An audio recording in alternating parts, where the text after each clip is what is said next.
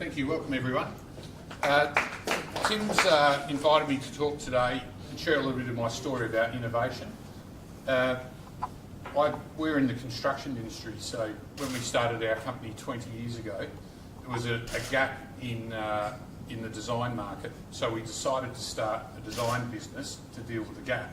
I didn't think it was that innovative at the time, but as it turned out, it has been a little bit of a session that just continues on the theme.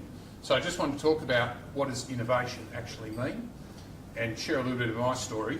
And I'll give you a couple of examples recently that I've experienced live, which goes back to the comment about if the pace of change outside your business is a lot faster than your business, the end is nigh. So we had a challenge on a building job where we had to get a piece of glass, and in Australia it was $50,000 for a swimming pool window. We had it priced in China, it was $8,000 delivered to Perth, and we thought, wow, something's going on. The client paid us to fly to China to check it. The quality was amazing. I was really surprised. It was the first time I'd been to China, and the myth for me about China was busted. I've never met more friendly people, so many opportunities, and in terms of the products, someone grab that before it disappears. In terms of the products that were available, it came down to if you paid a good price, you could get a good product, and if you paid a poor price, you could get a poor product. So in terms of how Australia's view of China is, it really was, from my perspective, formed when cheap Chinese products were brought into Australia based on price, like Chinese toys, and they would break quickly. So the perception in Perth that everything that came from China was pretty ordinary. When I went there and saw the glass, then experienced the hospitality, the red wine, the beer, the multi, the late nights, I went, wow, this is a pretty amazing place. I came back with a big eye from China.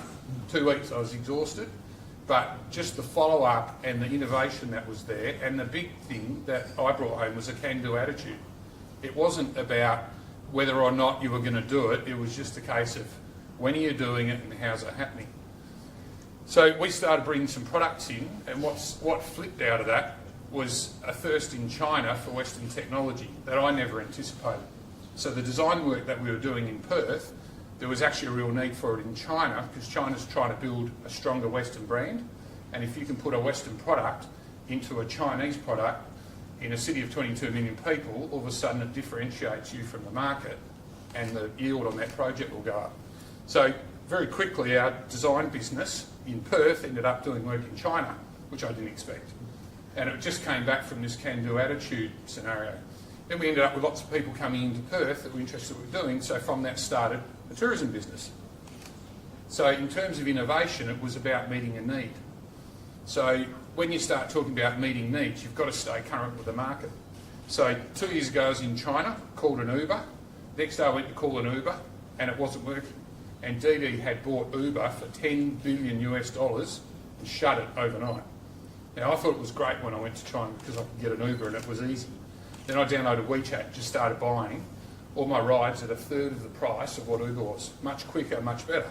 Now I never thought, because Uber was new in Perth, that Uber would get taken out. Last week I was talking in KL at a conference. I got an Uber on I think it was a Monday night. I was in the lift on 34th floor of a building. By the time I got to the bottom, Uber had been closed in Malaysia. And a company called Grab, that I'd never heard of before, have bought Uber for $6 billion in Malaysia and shut them.